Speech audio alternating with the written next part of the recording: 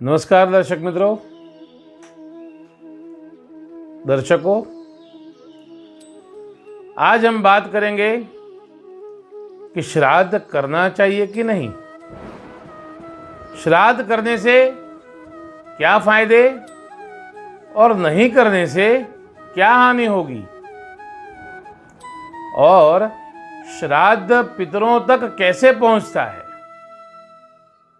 साथ ही हम जानेंगे कि कौन सा श्राद्ध कब करना है, और अगर श्राद्ध में ये काम करोगे तो हम बर्बाद हो सकते हैं। और वीडियो के अंत में आज की हमारी विशेष टिप कि अगर उधारी वाला यदि पैसा न दे रहा हो तो कौन सा वो सरल उपाय है जिससे आपको आपके पैसे मिल जाए। तो चलिए दोस्तों, शुरू करते हैं आज का हमारा विशेष कार्यक्रम। दोस्तों, भारतीय संस्कृति की एक बड़ी विशेषता है कि जीते जीतो विभिन्न संस्कारों के द्वारा, धर्म पालन के द्वारा मानव को समुन्नत करने के उपाय बताती ही है, लेकिन मरने के बाद, अंत्येष्टि संस्कार के बाद भी जीव की सद्गति के लिए किए जाने योग्य संस्कारों का वर्णन करती है। मरणोत्तर क्रियाओं, संस्कारों का वर्णन हमारे शास्त्रों में, पुराणों में दिया हुआ है। हम श्राद्ध पक्ष के रूप में उसे जानते हैं और उसको मनाते भी हैं। श्राद्ध की महिमा एवं विधि का वर्णन विष्णु पुराण, वायु पुराण, वराह पुराण, मत्स्य पुराण आदि अनेक पुराणों में, महाभारत में, मनुस्मृति आदि शास्त्रों में यथास्थान किया गया है। इस वर्ष का श्राद्ध 2 सितंबर से 17 सितंबर तक है। कौन सा श्राद्ध कब करना है वो डिस्क्रिप्शन में दिया गया है, और हमारे सभी सोशल मीडिया अकाउंट में आपको वह मिल जाएगा।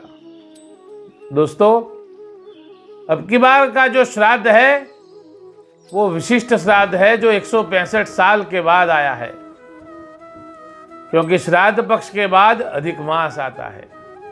दोस्तों, सनातन हिंदू धर्म में एक अत्यंत सुरभित पुष्प है कृतज्ञता की भावना, जो कि बालक में अपने माता पिता के प्रति स्पष्ट परिलक्षित होती है। हिंदू धर्म का व्यक्ति अपने जीवित माता पिता की सेवा तो करता ही है, उनके देहावसान के बाद भी उनके कल्याण की भावना करता है एवं उनके अधूरे शुभ कार्यों को पूर्ण करने का प्रयत्न करता है। श्राद्ध विधि इसी भावना पर आधारित है। श्रद्धायाम क्रियते इति श्राद्धः, जो श्रद्धा से करते हैं उसको श्राद्ध कहते हैं। मृत्यु के बाद जीवात्मा को उत्तम, मध्यम एवं कनिष्ठ कर्मानुसार स्वर्ग नरक में स्थान मिलता है। पाप पुण्य क्षीण होने पर वह पुनः पृथ्वीलोक में आता है। स्वर्ग में जाना यह पितृयान मार्ग है, एवं जन्म मरण के बंधन से मुक्त होना यह देवयान मार्ग है। पितृयान मार्ग से जाने वाले जीव पितृलोक से होकर चंद्रलोक में जाते हैं। चंद्रलोक में अमृतान्न का सेवन करके निर्वाह करते हैं। यह अमृतान्न कृष्ण पक्ष में चंद्र की कलाओं के साथ क्षीण होता रहता है। अतः कृष्ण पक्ष में वंशजों को उनके लिए आहार पहुंचना चाहिए। इसलिए श्राद्ध एवं पिंडदान की व्यवस्था की गई है। शास्त्रों में कहा है कि अमावस्या के दिन तो पितृतर्पण अवश्य करना चाहिए, दिव्य लोकवासी पितरों के पुनीत आशीर्वाद से कुल में दिव्य आत्माएं अवतरित हो सकती है, जिन्हें जीवन भर खून पसीना एक करके इतनी साधन सामग्री व संस्कार देकर आपको सुयोग्य बनाया, उनके प्रति सामाजिक कर्तव्य पालन अथवा उन पूर्वजों की प्रसन्नता, ईश्वर की प्रसन्नता अथवा अपने हृदय की शुद्धि के लिए सकाम व निष्काम भाव से यह श्राद्ध कर्म करना चाहिए।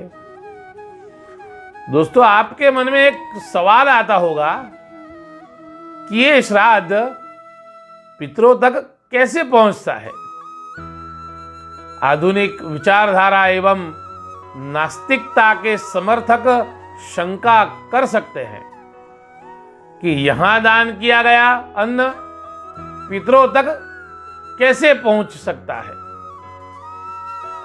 जैसे कि भारत की मुद्रा रुपया अमेरिका में डॉलर एवं लंदन में पाउंड होकर मिल सकती है, एवं अमेरिका के डॉलर जापान में येन एवं दुबई में दिनार होकर मिल सकते हैं। यदि इस विश्व की नन्ही सी मानव रचित सरकारें इस प्रकार मुद्राओं का रूपांतरण कर सकती है, तो ईश्वर की सर्वसमर्थ सरकार आपके द्वारा श्राद्ध में अर्पित वस्तुओं को पितरों के योग्य करके उन तक पहुंचा दे। इसमें आश्चर्य क्या है। मान लो आपके पूर्वज अभी पितृलोक में नहीं, अभी तो मनुष्य रूप में है, आप उनके लिए श्राद्ध करते हो, तो श्राद्ध के बल पर उस दिन वे जहां होंगे वहां उन्हें कुछ न कुछ लाभ होगा। मान लो आपके पिता की मुक्ति हो गई हो, तो उनके लिए किया गया श्राद्ध कहां जाएगा। जैसे आप किसी को मनी ऑर्डर भेजते हो, वह व्यक्ति मकान या ऑफिस खाली करके चला गया हो, तो वह मनी ऑर्डर आप ही को वापस मिलता है। वैसे ही श्राद्ध के निमित्त से किया गया दान आप ही को विशेष लाभ देगा। मोबाइल और टीवी आदि यंत्र हजारों किलोमीटर का अंतराल दूर कर सकते हैं। जैसे कि हमारे YouTube चैनल में आप विश्व के हर एक कोने में हमें भी देख सकते हैं। इन यंत्रों से भी मंत्रों का प्रभाव बहुत ज्यादा होता है। देवलोक एवं पितृलोक के वासियों का आयुष्य मानवीय आयुष्य से हजारों वर्ष ज्यादा होता है। इससे पितर एवं पितृलोक को मानकर उनका लाभ उठाना चाहिए तथा श्राद्ध करना चाहिए। भगवान श्री रामचंद्र जी भी श्राद्ध करते थे। पैठण के महान आत्मज्ञानी संत हो गए श्री एकनाथ जी महाराज। पैठण के निंदक ब्राह्मणों ने एकनाथ जी को जाति से बाहर कर दिया था एवं उनके श्राद्ध भोज का बहिष्कार किया था। उन योग संपन्न एकनाथ जी ने ब्राह्मणों के एवं अपने पितृलोकवासी पितरों को बुलाकर भोजन कराया। यह देखकर पैठण के ब्राह्मण चकित रह गए एवं उनसे अपने अपराधों के लिए क्षमा याचना की। जिन्होंने हमें पाला पोसा बड़ा किया, पढ़ाया लिखाया, हम में भक्ति ज्ञान एवं धर्म के संस्कारों का सिंचन किया, उनका श्रद्धा पूर्वक स्मरण करके उन्हें तर्पण श्राद्ध से प्रसन्न करने के दिन ही है श्राद्ध पक्ष। गया श्राद्ध किया हो तो भी हर साल श्राद्ध पक्ष में जो श्राद्ध आते हैं उसे महालय श्राद्ध कहते हैं, और उनकी पुण्यतिथि यानी कि डेथ एनिवर्सरी, जिसे संवत्सरी श्राद्ध कहते हैं, यह 2 दिन श्राद्ध अवश्य ही करना पड़ता है। इस विधि में मृतात्मा की पूजा एवं उनकी इच्छा तृप्ति का सिद्धांत समाहित होता है। प्रत्येक व्यक्ति के सिर पर देव ऋण, पितृ ऋण एवं ऋषि ऋण रहता है। श्राद्ध क्रिया द्वारा पितृऋण से मुक्त हुआ जाता है। देवताओं को यज्ञ भाग देने पर देव ऋण से मुक्त हुआ जाता है। ऋषि मुनि संतों के विचारों को, आदर्शों को अपने जीवन में उतारने से, उनका प्रचार प्रसार करने से एवं उन्हें लक्ष्य मानकर आदर सहित आचरण करने से ऋषि ऋण से मुक्त हुआ जाता है। दोस्तों, गरुड़ पुराण के 10वें अध्याय में 57 से लेकर 59 श्लोक में आता है कि समयानुसार श्राद्ध करने से कुल में कोई दुखी नहीं रहता। पितरों की पूजा करके मनुष्य आयुष्य, पुत्र, यश, स्वर्ग, मोक्ष, कीर्ति, पुष्टि, बल, श्री, पशुधन, सुख, धन और धान्य आदि समस्त प्राप्त करता है। हारित स्मृति में लिखा है ना, न तत्र वीरा जायन्ते नारोग्यम न शतायुषः न च श्रेयोऽधिगच्छन्ति यत्र श्राद्धम विवर्जितम।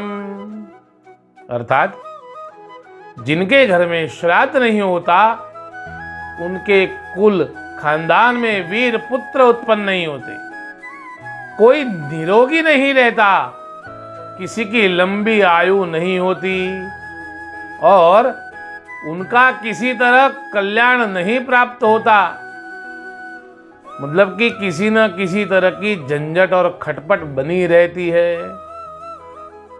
अगर आपके पास पैसे की व्यवस्था नहीं है और पंडित जी से श्राद्ध नहीं करा पाते तो आपको सूर्य नारायण के आगे दोनों हाथ ऊपर करके कहना है कि हे सूर्य नारायण, मेरे पिता, आपके पिताजी का नाम कहना है और कहना है कि मैं उनका पुत्र, अपना नाम बोलना है, अपना गोत्र बोलना है, गोत्र नहीं पता है तो कश्यप गोत्र बोलना है, और कहना है कि मेरे पिता को आप संतुष्ट एवं सुखी रखें, इस निमित्त मैं आपको अर्घ्य व भोजन कराता हूं।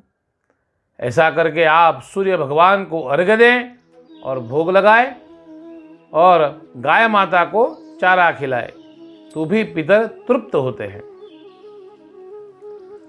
श्राद्ध पक्ष में रोज भगवत गीता के 7वें अध्याय का पाठ करना है और भगवान विष्णु का 12 मंत्र जो इस अनुसार है उसका एक माला करनी है।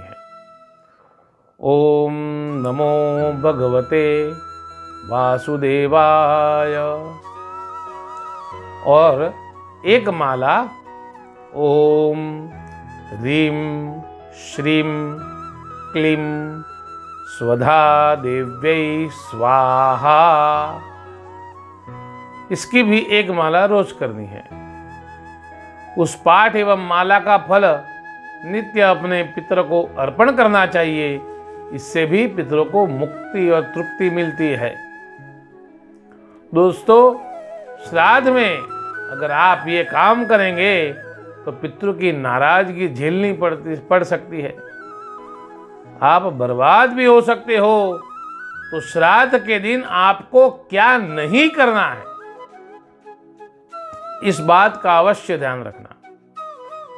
दोस्तों, स्त्री हो या पुरुष, बच्चे हो या बूढ़े, आपको स्नान करते वक्त बालों में साबुन शैम्पू नहीं लगाना, यानी बाल नहीं धोना चाहिए।